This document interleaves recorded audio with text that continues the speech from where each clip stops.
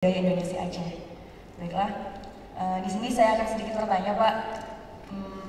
Kenyataan yang sebenarnya terjadi di Aceh ini, Pak, saat penciptaan dan pengkajian itu sangat tidak balance. Kenapa?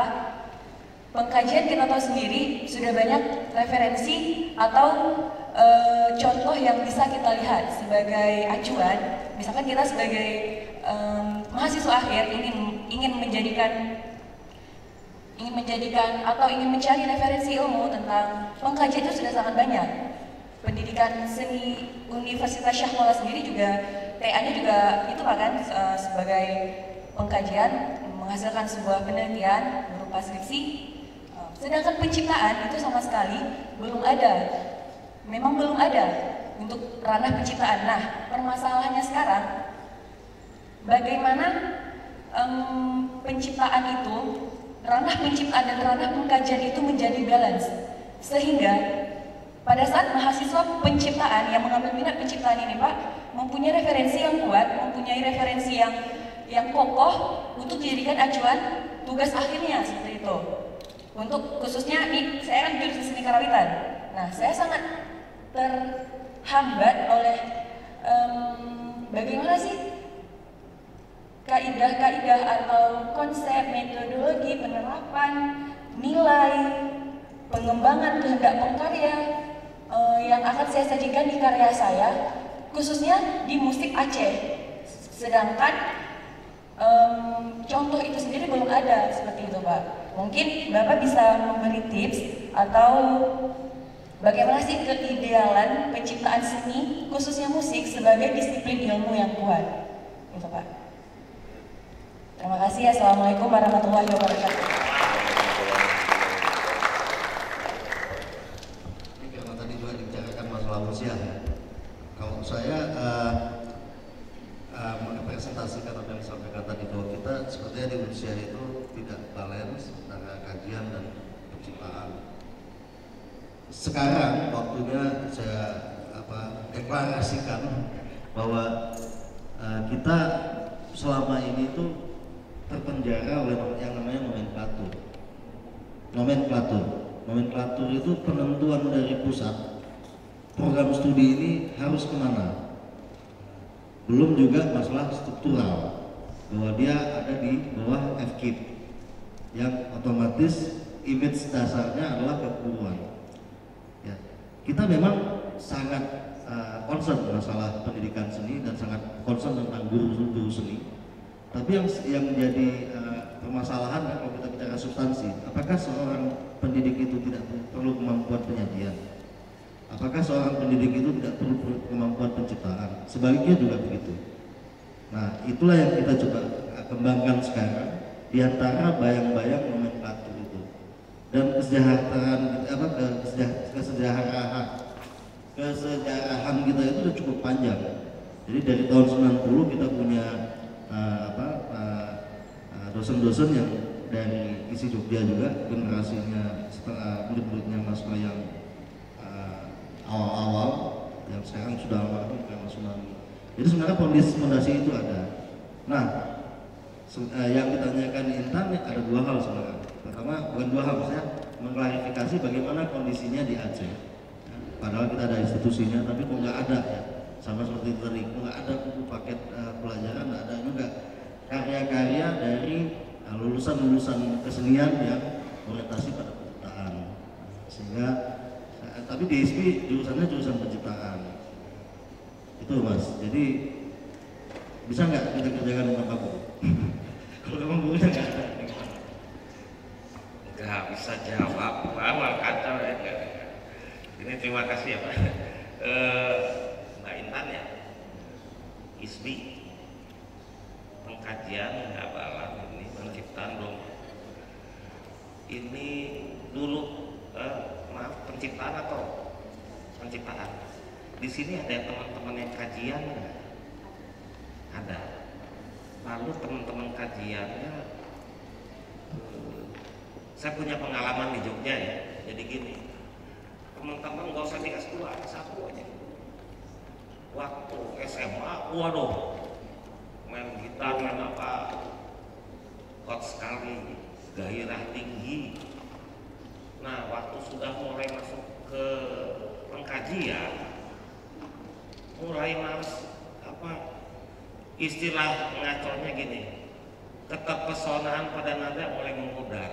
Nah gitu loh, bahwa saya sudah lebih pada masalah rasio saya, keterangan, keterpesonaan, kerinduan pada nada bunyi real, bahwa saya dalam bermain musik tidak semuanya logis, ada hal-hal tidak logis, disitulah malah ada dimensi yang saya nggak dapat di wilayah lain, hilang. Jadi yang tadi saya disebut, kadang-kadang malah makin tinggi gelapnya makin hilang itunya, gitu loh. Iya istilahnya tuh enjoymentnya, ya. Lakan itu ada 3, pleasure, desire, and enjoyment. Bahkan tingkat enjoy hilang.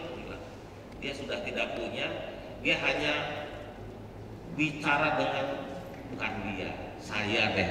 Kalau dia nanti kayak ngomongin orang, saya aja deh gitu.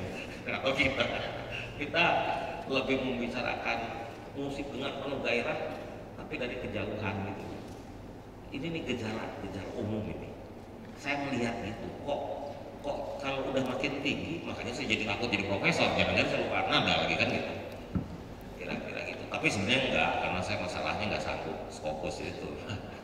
Jadi intinya ada semacam kebiasaan yang entah kenapa jadi kayak kondisi umum gitu. Kalau kita udah makin dekat ke wilayah yang sifatnya kajian, penelitian, gitu, kerinduan pada pesona nada kok nggak ada lagi. Saya udah jadi hambar semua gitu kira-kira ya. Itu. Lalu kalau yang tadi masalah penciptaan belum ada metode, memang saya kira ini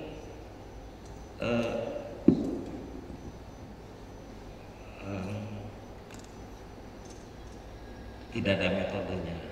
Wah nggak, gitu ya. Maaf, ini skandal. Kalau nggak ada metode dibubarin. Nggak. Tidak ada, bukan begitu. Gini. Kita lihat di barat sekalipun tidak ada metode komposisi. Tidak ada. Saya garis bawahin, tidak ada. Di Indonesia ini orang senang yang sifatnya determinatif, terukur. Kalau nggak gitu, nggak ilmiah nih. Nah ini loh, padahal ada wilayah yang sebetulnya, nah di sisi lain teman-teman tradisi gini, di mana metodenya? Ada di sini, gitu loh. Ini ada situasi paradoks yang nggak ketemu tengah ini. Sebetulnya menarik sekali waktu. Jadi gini intinya, saya ingin hanya bilang yang substansinya nanti simpulkan sendiri.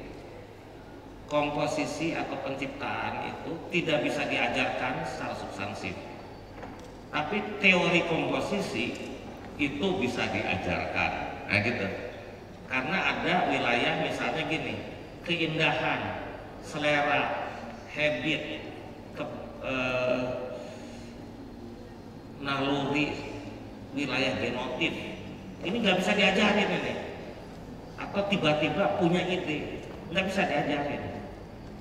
Tapi teori komposisi bisa diajarin, karena dia sifatnya yang terjangkau ialah wilayah logis, dan itu harus ada metodenya.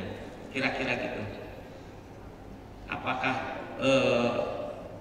nah ini yang seringkali masih spektran di lapangan. Saya mau ambil contoh ya. Oh ini dosennya bilang, ini dipotong aja nih nggak bagus. Nanti dulu. Tidak ada satu nada pun. Ini saya sebagai pengajar, saya nggak berani menghilangkan satu nada dari mahasiswa saya. Tapi saya kasih pertimbangan ya, karena tanda kutip, dan ini maaf saya pakai istilah yang agak ini ya kan, kita nurilahi gitu ya maksudnya. Tanda kutip benar, mudah-mudahan nggak disalahin. Tanpa saya dia tidak ada. Istilahnya apa? Kita menjadi apa itu untuk nada itu. Tanpa saya nada itu tidak ada. Lalu ada orang lain bilang itu hilangin, sakit. Nah gitu loh. Tapi kasih pertimbangan boleh, namanya dinamika interaktif, apalagi dosen itu lebih punya pengalaman harus disediakan gitu. Jadi ada wilayah kadang-kadang di lapangan ini masih antara yang tidak terukur dan terukur, ini masih goyang dan malah kita bermain yang tidak terukur, akhirnya jadi aja kayak padepokan. Kebenaran ada di sini. Padahal tidak. Akademis itu adalah wilayah kebenaran logis. Jadi yang masuk ke wilayah akademis ini kebenaran yang memang jelas, logis, ada ukurannya, ada data yang jelas, ada sistematisnya, dan seterusnya masalah itu. Komposisi atau penciptaan bisa di sana sejauh dia sifatnya teoretis, konsep-konsep, kira-kira gitu ya. Jadi mungkin saya boleh tambahkan, benar karena Udah dijawab ya, padahal udah mengarah ke sana. nah, tapi saya nggak mau kasih jawabannya, tapi bisa simpulkan kan? Bisa sejauh dipelajari yang bisa terukur dan harus ada. Karena kalau itu Pak ya, ciptaannya juga harus tradisi ya, komposisinya juga harus tradisi. Jadi kalau bilang teori harusnya ya buku teori musik, buku harmoni itu teori. Atau memang khusus ya, teori khusus itu beda dengan teori. Gini, material itu namanya musik, ya, material musik. Dia punya aspek-aspek, punya apa? Itu sebenarnya kan musik itu jalinan, itu sistem, jalinan sistem, bahkan ada sistem mengenai garis vertikal namanya melodi, ada horizontal yang terbalik ya, vertikal itu yang namanya harmoni, horizontal ada sistem durasi. Ini sistem-sistem jadi jaringan. Nah, waktu kita bicara apa tadi?